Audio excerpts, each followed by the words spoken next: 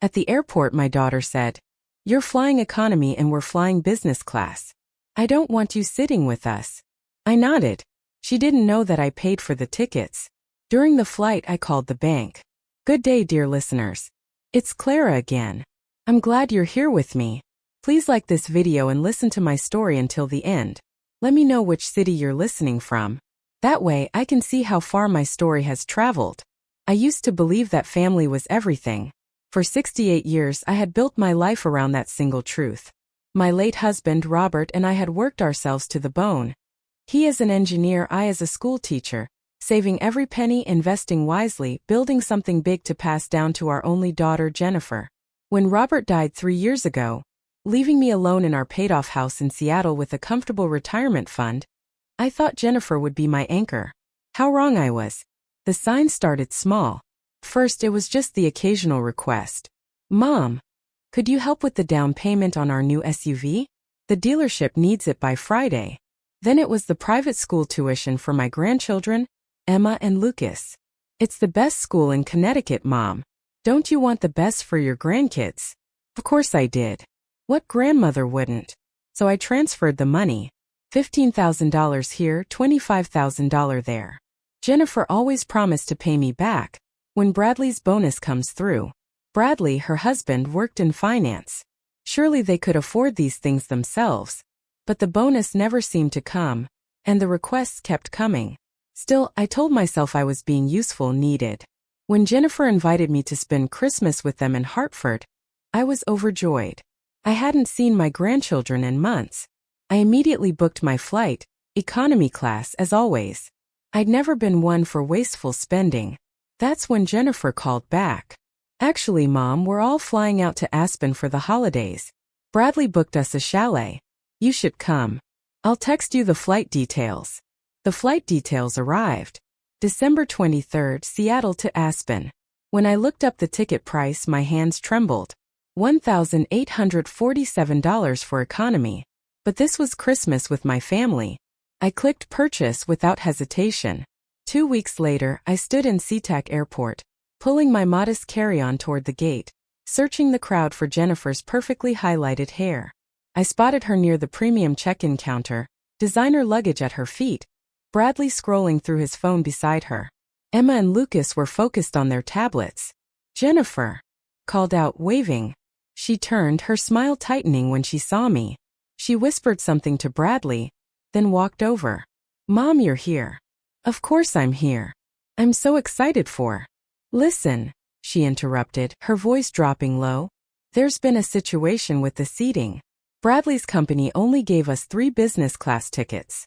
We tried to get you upgraded, but..." She shrugged, as if the universe itself had worked against me. My stomach dropped. "Oh, that's okay, honey. I'm fine in economy. I just want to spend Christmas with you all." Jennifer glanced back at Bradley, who was now watching us with an expression I couldn't quite read. She stepped closer, her voice even quieter. "The thing is, Mom, you're flying economy and we're in business class. I don't want you sitting with us. It would be awkward. You understand, right?" The terminal noise seemed to fade. Did I understand? I stared at my daughter, my only child, the baby I'd nursed through colic and chickenpox, the girl I'd helped through her college heartbreaks, the woman whose wedding I'd partially funded. And I didn't recognize her. "You don't want me sitting with you," I repeated slowly. "It's not personal, Mom. It's just the business class cabin is small, and we want to relax as a family. You get it." I nodded. What else could I do? Make a scene in the middle of the airport? She patted my shoulder. Actually patted it like I was a child, and walked back to her family. I stood there frozen, watching her lean down to kiss Lucas's head, watching her laugh at something Bradley said.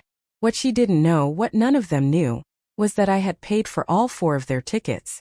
Business class round trip. $18,947 charged to my credit card just 5 days ago. Right after Jennifer called saying, "Mom, Bradley's company thing fell through. Could you help us out? We'll pay you back in January. I promise."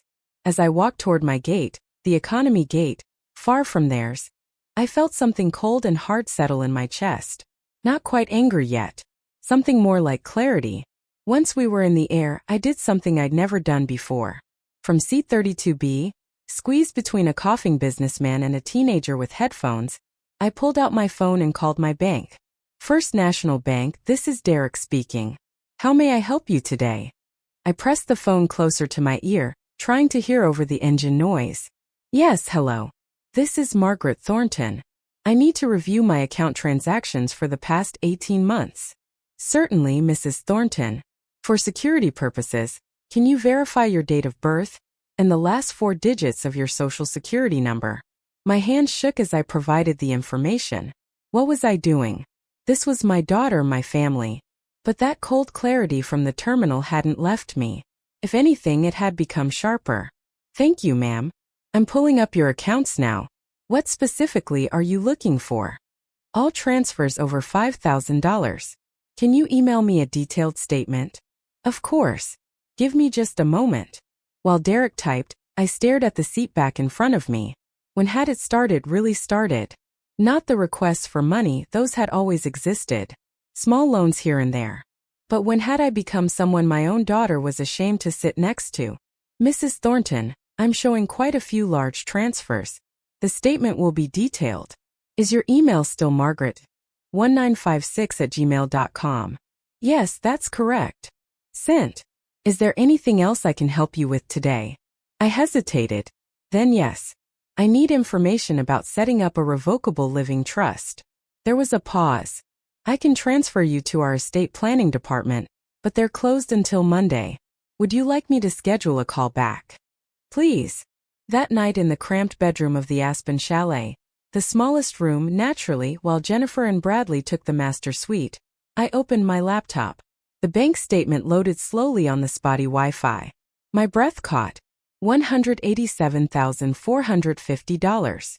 In 18 months, I had transferred $187,450 to Jennifer's account.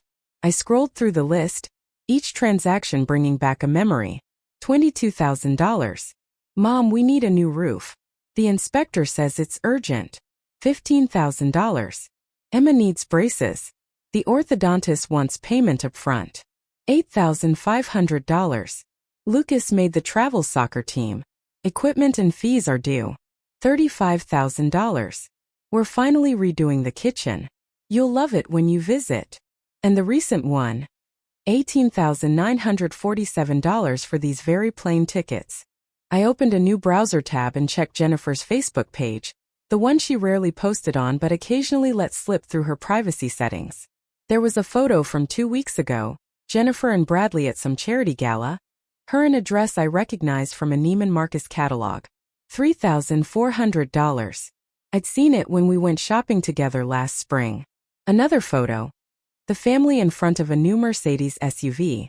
Finally upgraded, the caption read. 12 people had commented.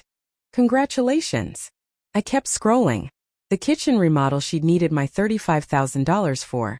It looked like something from Architectural Digest. Wolf range, marble countertops, custom cabinetry. They weren't struggling. They were thriving on my money. I closed the laptop and sat in the darkness, listening to the muffled sounds of my family laughing downstairs. They were playing some board game. No one had knocked on my door to invite me. The fear came then.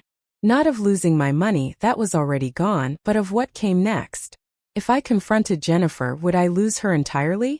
Would I ever see my grandchildren again? Emma was only 10, Lucas 8. They barely knew me as it was. But then I thought of that moment in the airport. I don't want you sitting with us. Something hardened in my chest. I opened my laptop again and started a new document. Financial transfers, Jennifer and Bradley Morrison. I began listing every transaction, every promise to pay you back soon, every emergency that turned out to be a luxury. By 2 a.m. I had a complete record. I also had the beginning of a plan. First thing Monday morning, I would call the estate attorney my bank recommended.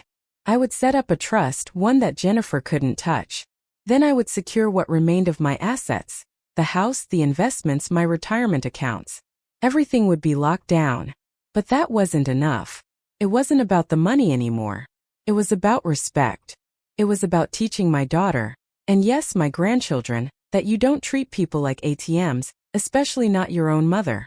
I would need documentation evidence not just for myself but potentially for what? Legal action? The thought made me sick. But I pushed through it. I pulled up my email and started a new folder. Jennifer Records. Every email where she'd asked for money, every text message, every voicemail, I would save it all.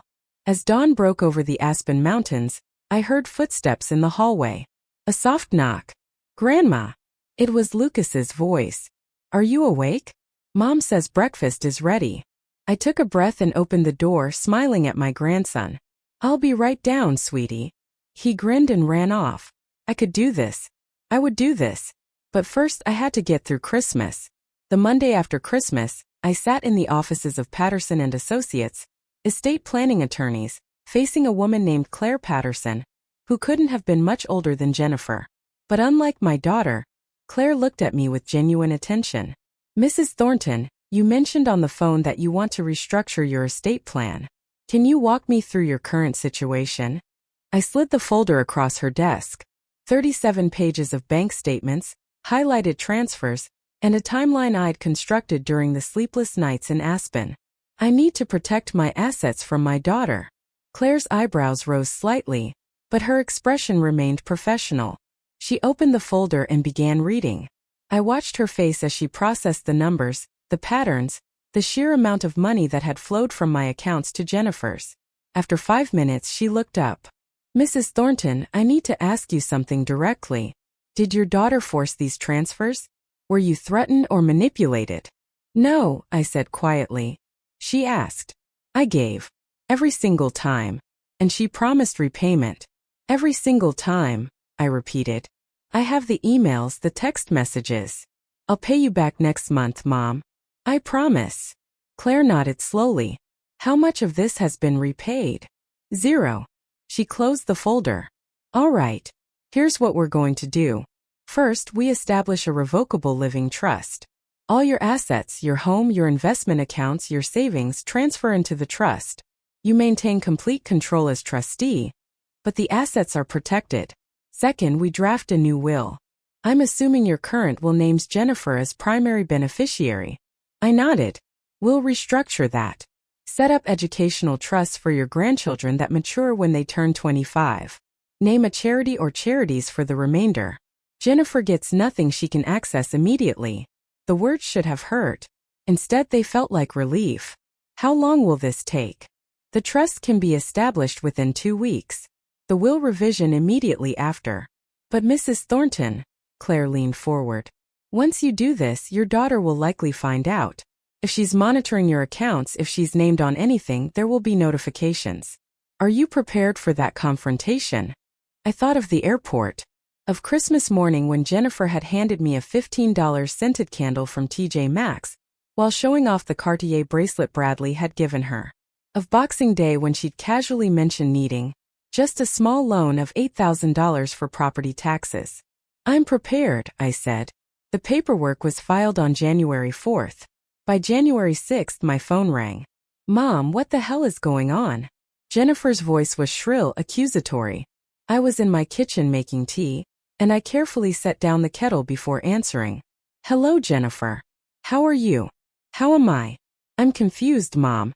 I tried to access the joint savings account, the one you set up so I could help you manage things, and it's gone. Closed. The bank says all your accounts have been restructured. What's happening? Are you sick? Is this dementia? There it was. The gaslighting had begun right on schedule. I'm perfectly healthy, Jennifer. I've simply reorganized my finances. Without telling me? Mom, I'm your daughter. I'm supposed to help you with these things. You're 68 years old. You shouldn't be making major financial decisions without family input. Family input? I repeated softly. Is that what you call it? What's that supposed to mean? I took a breath. Jennifer, in the past 18 months, I've transferred over $187,000 to you. You've repaid exactly 0. You promised every time that you'd pay me back. Were those lies? Silence. Then, Mom, that wasn't loans. That was family helping family. We've been struggling. Bradley's job is unstable. The economy is terrible. And the kids' expenses. Bradley just got a $45,000 bonus. I saw it on his LinkedIn. Congratulations to him. Another silence. Longer this time. You're spying on us now? Jesus, Mom, this is crazy. I'm protecting myself. There's a difference. Protecting yourself from what? From your own family? We love you. Everything we've asked for has been for legitimate reasons. If you're going to be paranoid and selfish. Selfish. I interrupted. The word triggered something. I paid $18,947 for your family's business class tickets to Aspen. You told me not to sit with you because it would be awkward. Does that sound like love to you, Jennifer? The silence stretched so long I thought she'd hung up. When she finally spoke, her voice had changed. Cold, calculated. I think you need to see a doctor, Mom. This paranoid thinking, these accusations, it's not normal. Maybe early-stage Alzheimer's. We should get you evaluated. My hand tightened on the phone. I'm not sick. Bradley and I are concerned. We're going to come visit next weekend. We need to talk about this as a family. I don't think that's a good idea right now. Mom. Her voice shifted again, softer now, pleading. Don't do this. Don't push us away. We're all you have. Don't you want to see your grandchildren? There it was, the threat wrapped in velvet. I need to go, Jennifer. I hung up before she could respond. My hands were shaking, but not from fear. From rage. From vindication. She'd shown her cards. The dementia accusation, the emotional manipulation, the threat of withholding my grandchildren. Claire had been right. The war had begun. Claire called me the next morning. Mrs. Thornton, I need you to document everything from yesterday's call. Write down what was said, the time, the threats made. If this gets worse, we want a paper trail. Gets worse to what? Your daughter mentioned having you declared incompetent. It's a common tactic in these situations. If she can get a court to agree you're mentally unfit, she could petition for conservatorship, essentially legal control of your finances. My blood ran cold. She can do that? She can try. That's why we're documenting everything. Keep your wits about you, Mrs. Thornton. Stay sharp. And if she shows up with a doctor or anyone claiming to evaluate you, do not let them in your house without your own attorney present. I spent the next 3 days in a state of high alert, jumping at every car that drove past, every knock at the door. But Jennifer didn't come. Instead, she sent Emma. On Saturday afternoon, my doorbell rang. Through the peephole, I saw my granddaughter standing on the porch alone, looking small and cold in her winter coat. I opened the door immediately. Emma, sweetie, what are you doing here? She looked up at me with those big brown eyes, Robert's eyes. Grandma, can I come in? I'm cold. I pulled her inside, looking past her for Jennifer's car, but the street was empty. How did you get here? Where's your mother? She's at the coffee shop down the street. She said I should come talk to you alone. Grandma, are you mad at us? My heart cracked. I led her to the couch, wrapped a blanket around her shoulders. No, sweetheart. I'm not mad at you. But you're mad at Mom. She's been crying. She says you don't love us anymore because you took away all your money. I closed my eyes. Of course. Send the child to deliver the guilt. Emma, your mom and I are having a disagreement. An adult disagreement. It has nothing to do with you or Lucas. I love you both very much. Then why won't you help us anymore? Mom says we might lose our house. She says we can't afford things because you're being mean. Emma, she says you're sick. That you're forgetting things and getting confused. Are you sick, Grandma? I took both her hands in mine. Listen to me very carefully. I am not sick. I am not confused. Your mother and I have some things to work out, but none of it is your fault, and none of it means I love you less. Do you understand? She nodded, but her eyes were uncertain. The door burst open. Jennifer stood there, her face a mask of fury. Get away from my daughter. Jennifer, I said get away from her. She grabbed Emma's arm, pulling her off the couch. What did she tell you, baby? What did Grandma say? Emma started crying. Nothing, Mom, I just... Don't lie to protect her. Did she say bad things about me? Jennifer, stop it. You're scaring her. Jennifer whirled on me. I'm scaring her? You're the one tearing this family apart.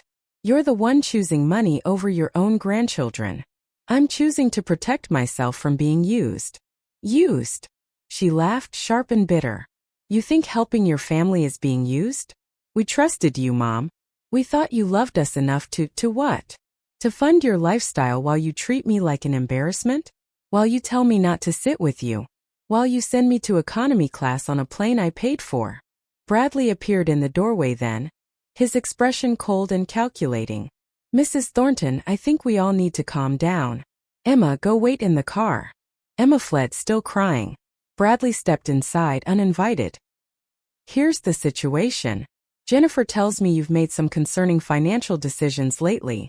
Paranoid decisions. We're worried about you. Get out of my house. We've consulted with an attorney. He continued as if I hadn't spoken. We can petition the court for an emergency psychiatric evaluation. Given your erratic behavior, the sudden account closures, the accusations against your own daughter, a judge would likely approve it. My breath caught. That's not legal. You can't force. We can if we believe you're a danger to yourself. And this obsession with money, these delusions that Jennifer is somehow using you, that's dangerous, Mrs. Thornton.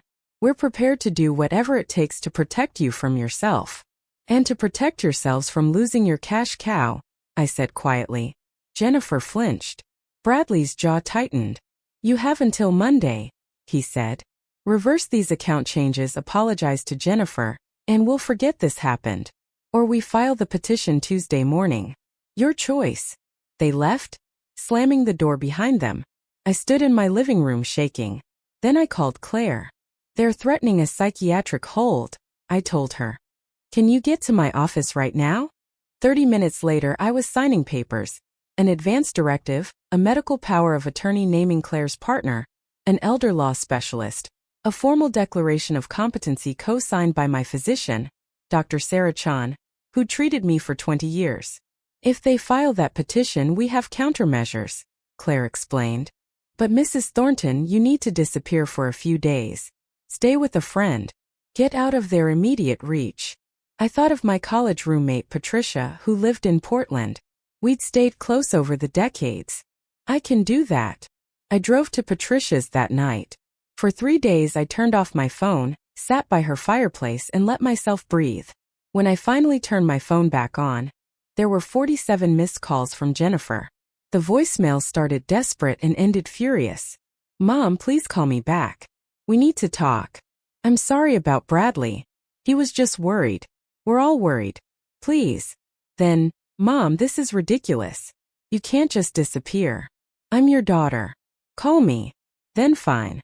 If you want to play games, we can play games. But you're going to regret this. And finally, we've hired an attorney. We're moving forward with the competency evaluation. You've left us no choice. I sat in Patricia's guest room, listening to my daughter's voice spiral from manipulation to rage, and I felt nothing. Or rather, I felt a cold, crystalline clarity. Patricia knocked softly and entered with 2 cups of tea. You okay? I don't know what I am, I admitted. She settled into the chair across from me. Patricia had been a family law attorney before retiring, sharp and practical. We'd met at University of Washington in 1975, bonded over late-night study sessions and a shared intolerance for nonsense. Talk to me, she said. Lawyer to friend. I told her everything. The years of transfers, the broken promises, the airport humiliation, the threats. When I finished, Patricia was quiet for a long moment. Maggie, she finally said, using my college nickname. They're going to lose. How can you be sure? Because they're acting out of desperation, not strategy. The competency petition, it'll never hold. You have medical documentation. You've been proactive with legal planning. You're clearly of sound mind. Any judge will see through it. But what if? No what ifs. Listen to me. She leaned forward, her expression fierce. I've seen hundreds of these cases. Adult children who view their parents as retirement accounts. You know what they all have in common? They count on their parents being too ashamed, too guilty, too afraid of losing family connections to fight back. They weaponize love. The words hit like a physical blow because they were true. You're doing the right thing, Patricia continued. You're setting boundaries. You're protecting yourself. And yes, it hurts. But Jennifer made her choices. She chose to use you. She chose to humiliate you. She chose to threaten you. Those are her choices, not yours.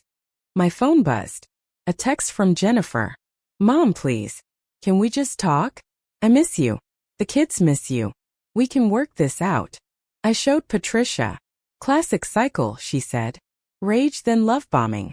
Next will come the guilt trip, then back to rage. Don't respond. But Emma is being used as a pawn. The kindest thing you can do for those children is show them that actions have consequences. That you can't treat people like ATMs and expect unconditional love in return. Over the next 2 days, Jennifer's texts continued, each one a carefully calculated attempt at manipulation. Bradley apologizes for what he said. He was just stressed about work. Emma made you a card at school. She misses her grandma. I know I've made mistakes, but we're family. Doesn't that mean anything to you? You're really going to throw away your relationship with your grandchildren over money? That last one almost broke me.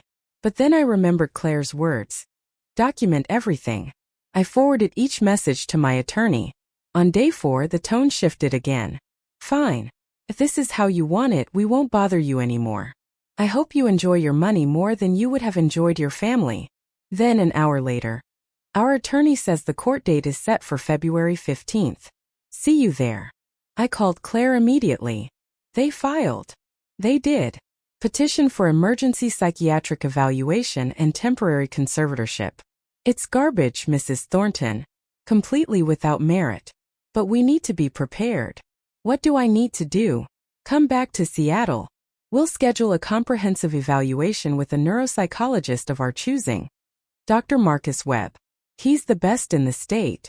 We'll have documentation showing full cognitive capacity. We'll prepare our counterfiling. And Mrs. Thornton. Yes. They just made this a matter of public record. Which means we can now subpoena their financial records. We can show the court exactly what they've been doing. Something sparked in my chest. Not quite hope, something sharper. Do it. I returned to Seattle the next day. Patricia came with me, insisting on staying as long as you need me. The neuropsych evaluation took 4 hours. Dr. Webb tested my memory, cognitive function, decision-making capacity, emotional stability. At the end he smiled. Mrs. Thornton, you're sharper than most 40-year-olds I evaluate. I'll have the formal report ready in 3 days, but I can tell you now, there's absolutely no sign of impairment. Your daughter's petition is frivolous. That evening, Patricia made dinner while I sat at my kitchen table with Claire's paralegal, signing authorization forms for financial subpoenas. We're requesting 3 years of bank records for Jennifer and Bradley Morrison, the paralegal explained. Credit card statements, loan applications, tax returns, the works. Will they know? Oh, they'll know. They'll get the notice within 48 hours. I signed. That night, for the first time in weeks, I slept soundly. Patricia was in the guest room. Claire had a solid legal strategy. And I had proof of my competency. I wasn't alone anymore. And I wasn't backing down. They arrived on a Sunday morning 3 weeks before the court date. I was in my garden pruning the rose bushes Robert had planted years ago when I heard the car pull up. Patricia was inside making breakfast. I'd seen her glance out the window, then quickly come to the back door. Maggie, Jennifer's here. With the whole family. I stood up, brushing dirt from my knees. Through the fence I could see them, Jennifer, Bradley, Emma, and Lucas, all dressed as if for church. Emma was holding a bouquet of flowers. Should I send them away? Patricia asked. I considered. Then no. Let's see what they want. I walked around to the front of the house, gardening gloves still on. Jennifer's smile was bright and brittle. Mom, you're home. We've been so worried. She nudged Emma forward. Emma has something for you. My granddaughter approached hesitantly, holding out the flowers. We miss you, Grandma. I took the flowers, kissed Emma's forehead. Thank you, sweetheart. These are beautiful. Jennifer beamed. See? We can fix this. Can we come inside? Talk like a family. Every instinct screamed caution, but I also knew Patricia was inside. A witness to whatever came next. All right. They filed into my living room. Bradley took the armchair, Robert's chair, without asking. Jennifer perched on the sofa, pulling the kids close to her like shields. I remained standing, Patricia beside me. Who's this? Jennifer asked, her smile not reaching her eyes. Patricia Coleman, an old friend. She's staying with me for a while. How nice, Jennifer said. So, Mom, we wanted to clear the air before this court thing goes any further. It's all just a big misunderstanding, right? Is it? Of course. We're not actually trying to have you declared incompetent. That was just Bradley's attorney being overzealous. We told him to drop it. Bradley leaned forward. Mrs. Thornton, we came here in good faith. We want to resolve this as a family. No lawyers, no courts. Just us. What exactly are you proposing? I asked. Jennifer's voice took on a rehearsed quality. Well, first, we'd like you to drop the financial restructuring. Put things back the way they were. Then we all agreed to forget this ugliness and move forward. The kids miss their grandma. I miss my mom. Don't you miss us? And the money I've already given you? She waved a hand dismissively. Water under the bridge. Family doesn't keep score like that. So you're not planning to repay any of the $187,000? Bradley's expression hardened. That was family assistance, not loans. You gave freely. If you're now trying to claim it was loans, that's a conversation we can have with our attorney. Your attorney who's pushing for conservatorship? Patricia interjected quietly. Jennifer shot her a venomous look. This is a family matter. Who are you exactly? A concerned friend. And a retired family law attorney. The temperature in the room dropped 10 degrees. Jennifer turned back to me, her voice rising. Mom, are you seriously letting some stranger poison you against your own family? Patricia is hardly a stranger. We've been friends for 50 years. And we're your blood. Your daughter.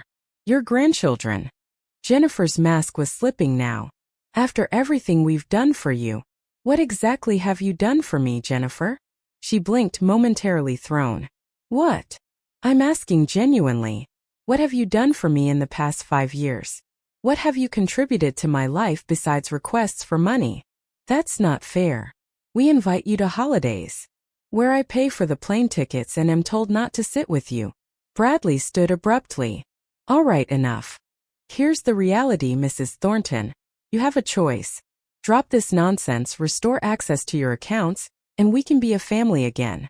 Or continue down this path and you'll never see Emma and Lucas again. Your choice. The threat hung in the air. Emma started crying. Daddy, don't. Lucas, Emma, go wait in the car, Bradley commanded. Jennifer hesitated, then shepherded the children out. When the door closed behind them, Bradley's polite facade evaporated entirely. You're making a massive mistake, he said coldly. We've documented your erratic behavior. The paranoia, the sudden distrust of family. Any judge will see you're not fit to manage your own affairs. Your documentation won't stand up in court, Patricia said calmly. We have actual medical evaluations. What do you have? Hearsay and financial motivation. Bradley's jaw clenched. Jennifer came back inside, her eyes red. Mom, please, she whispered. Please don't do this. I'm begging you. Think of the kids. Think of our family. Is money really worth destroying everything? I looked at my daughter. Really looked at her. When had she become this person? Or had she always been this way and I'd simply been too loving, too giving to see it? You're the one who chose money over family, I said quietly. You chose it every time you lied about paying me back. Every time you saw me as a resource instead of a person. Every time you took and never once asked how I was doing. That's not true. When's my birthday, Jennifer? She froze. When is it? I pressed. You called me 3 times on my birthday last year. All 3 calls were asking for money. Not one of them mentioned it was my birthday.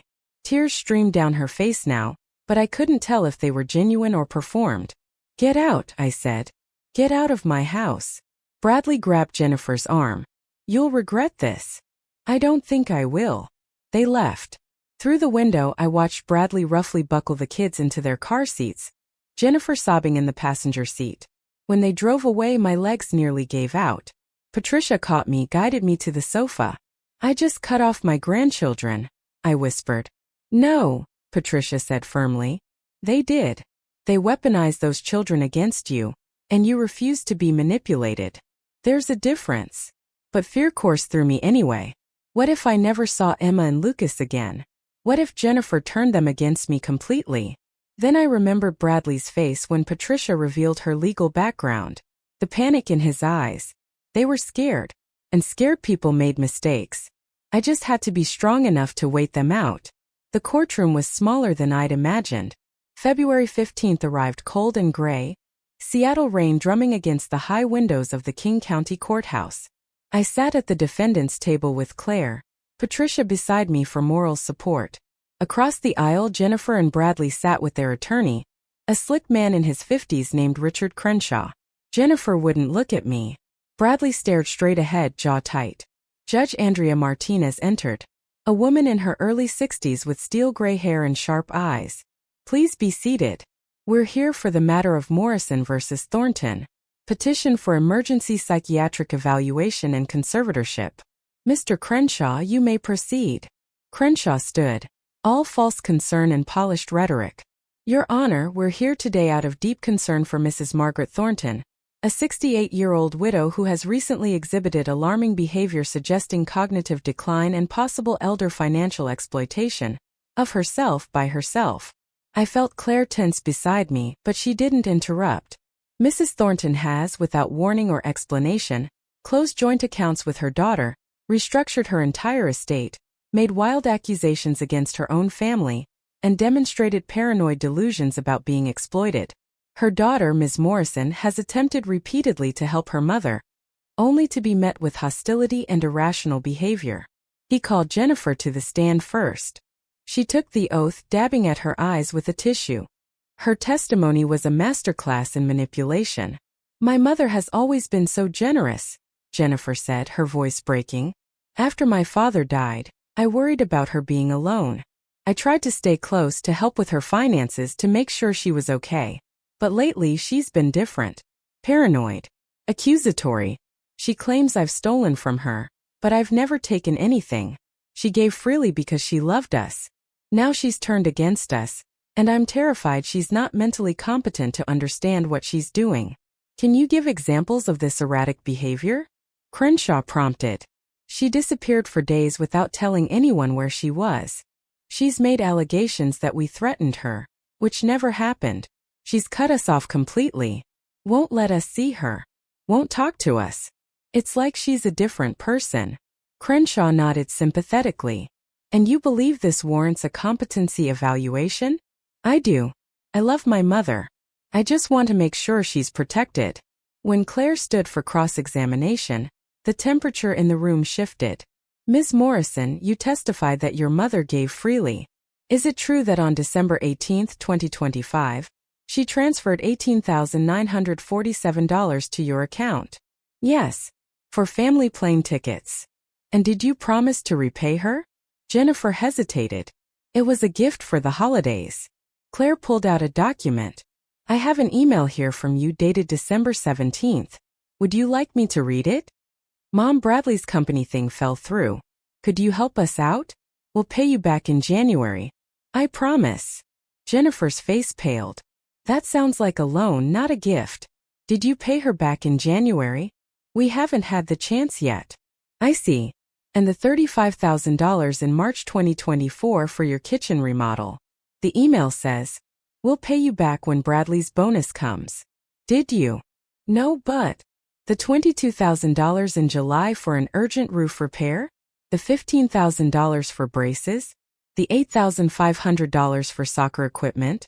According to bank records, you've received $187,450 from your mother in 18 months.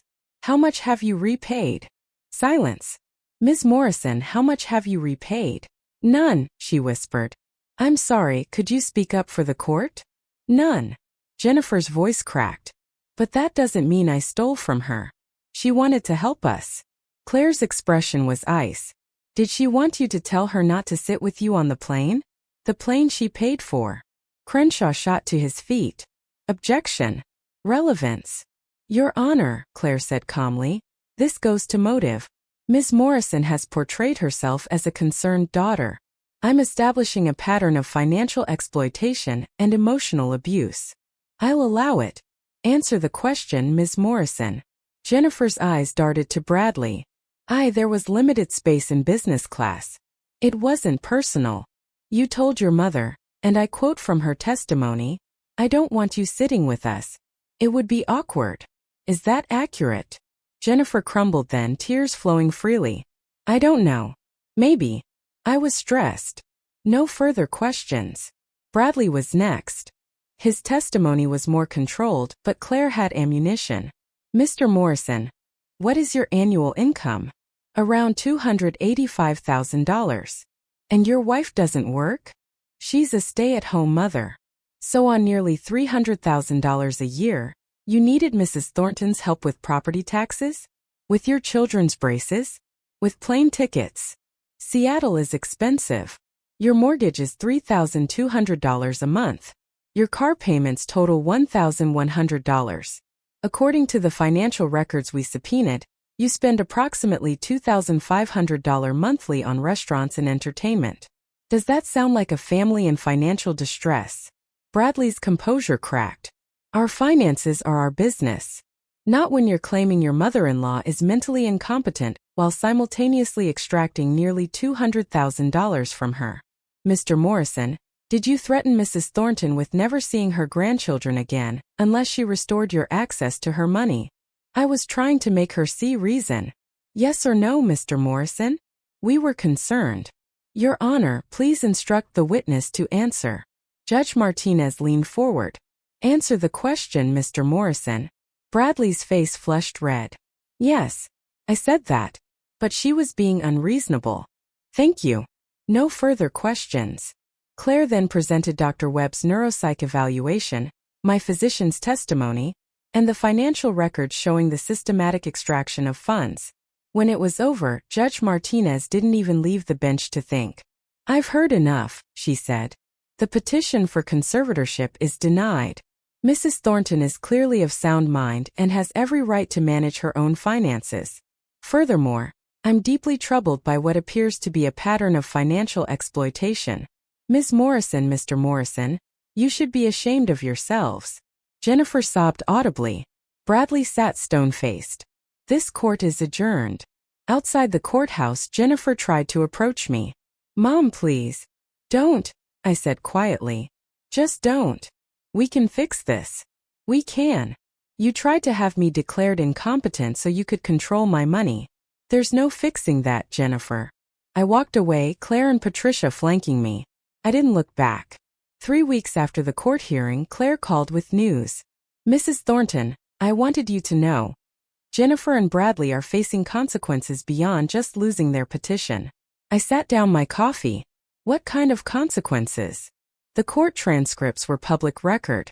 A reporter from the Seattle Times picked up the story. It ran this morning. She emailed me the article. The headline read, Local couple attempted conservatorship of mother after receiving $187,000 in loans. The article was devastating in its clinical recitation of facts. Jennifer's name, Bradley's position at his financial firm, the full accounting of transfers, the airport incident, the threats, everything. There's more, Claire continued. Bradley's employer has opened an internal investigation. Apparently, attempting to defraud a family member while working in financial services raises some red flags. Will he lose his job? That's unclear, but his reputation is certainly damaged. Part of me felt a twinge of something, not quite guilt but an echo of who I used to be. The mother who would have protected Jennifer even from consequences she'd earned. But that woman had died in SeaTac Airport. Over the following weeks, the fallout continued. Bradley was placed on administrative leave. Their country club membership was quietly revoked. Scandal was unwelcome among the Connecticut elite. Jennifer's friends went silent. I learned this from Emma, who called my landline one evening in late March, her voice small and scared. Grandma? Mom doesn't know I'm calling. Everything's falling apart. Dad might lose his job. Mom cries all the time. They say it's all your fault. I closed my eyes. Emma, your parents made choices. Those choices had consequences. That's not my fault. But why can't you just forgive them? Isn't that what families do? Families also respect each other. Your parents didn't do that. So you're never going to see us again? Her voice broke. That question haunted me for days. In April, I hired a family law specialist to draft a proposal. Educational trusts for both grandchildren, fully funded for college, and supervised visitation rights. The proposal was delivered to Jennifer and Bradley's attorney. Their response came within 48 hours. They rejected it. They wanted full restoration of financial access or nothing, so I gave them nothing. By June, Bradley had been terminated. The reputational damage to the firm was cited. He took a position at a smaller company for half his previous salary. They put their house on the market in July. I learned they'd moved to a modest rental in a less prestigious neighborhood. Jennifer had taken a job as a receptionist, her first job in 15 years. The Mercedes was gone, replaced by a used Honda. I felt no joy in their downfall, but I felt no guilt either. In August, a letter arrived. Jennifer's handwriting on plain stationery. Mom, I know you probably won't read this, but I need to write it anyway. You were right about everything. I used you. I took advantage of your love and generosity. I treated you like an ATM instead of my mother. And when you finally stood up for yourself, I tried to destroy you rather than face what I'd become. I don't expect forgiveness. I don't deserve it. But I want you to know that losing everything has been the best thing that ever happened to me. For the first time in years, I'm working. I'm contributing.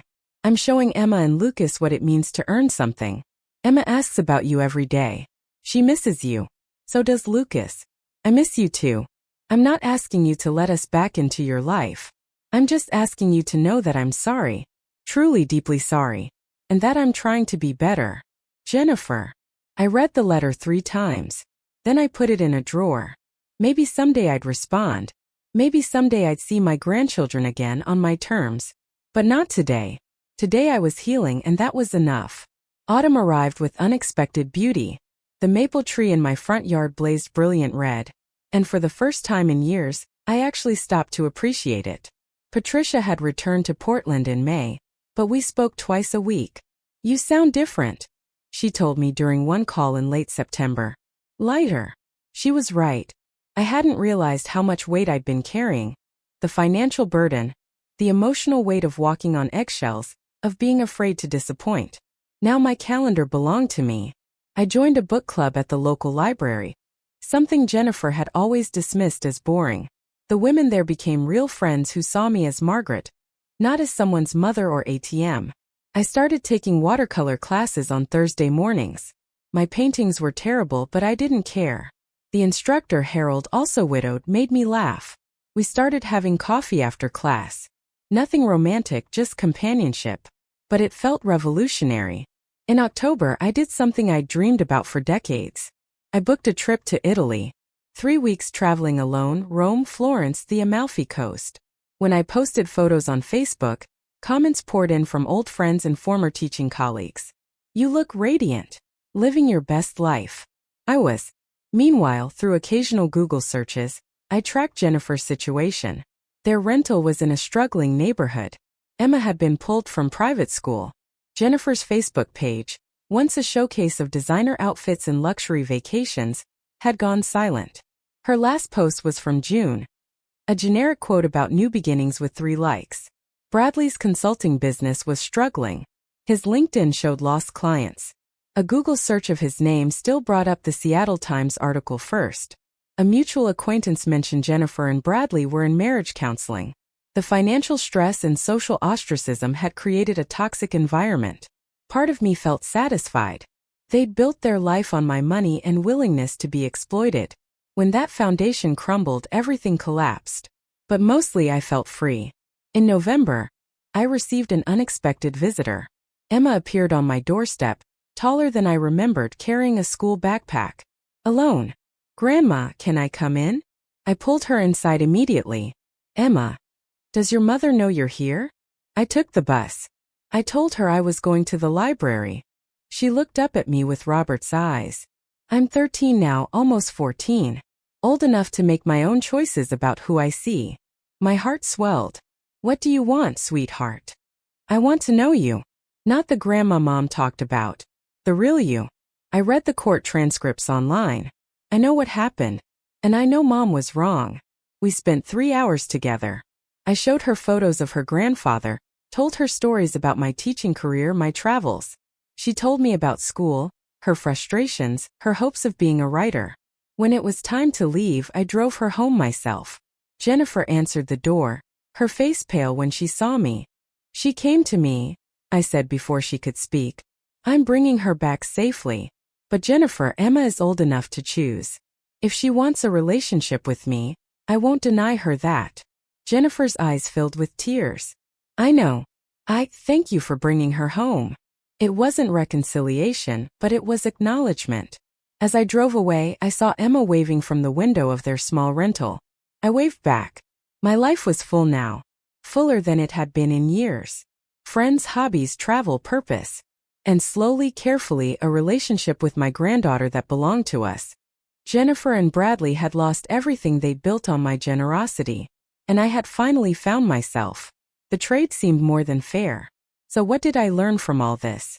That love without boundaries isn't love. It's enabling.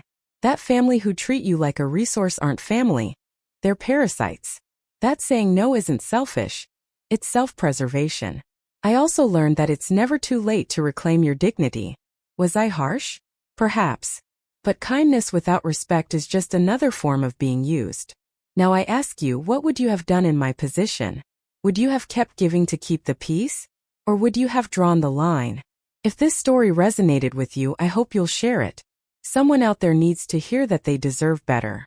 Thank you for listening to my story. May you never have to live it. But if you do, fight back. You're worth it.